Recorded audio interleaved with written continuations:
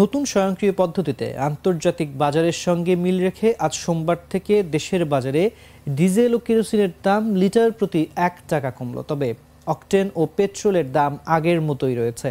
জ্বালানি তেলের নতুন দাম নির্ধারণ করে রোববার রাতে প্রজ্ঞাপন জারি করে বিদ্যুৎ, জ্বালানি ও খনিজ সম্পদ মন্ত্রণালয়ের জ্বালানি ও খনিজ সম্পদ বিভাগ। নতুন দাম অনুযায়ী ভোক্তা পর্যায়ে প্রতি লিটার ডিজেল ও কেরোসিন 107 টাকা 75 পয়সা থেকে কমিয়ে 106 টাকা 75 পয়সা করা হয়েছে। এক্ষেত্রে প্রতি লিটার ডিজেল ও কেরোসিনে 1 টাকা কমেছে। আগের মতোই লিটার প্রতি অকটেনের দাম 131 টাকা এবং পেট্রোলের দাম 127 টাকা রয়েছে।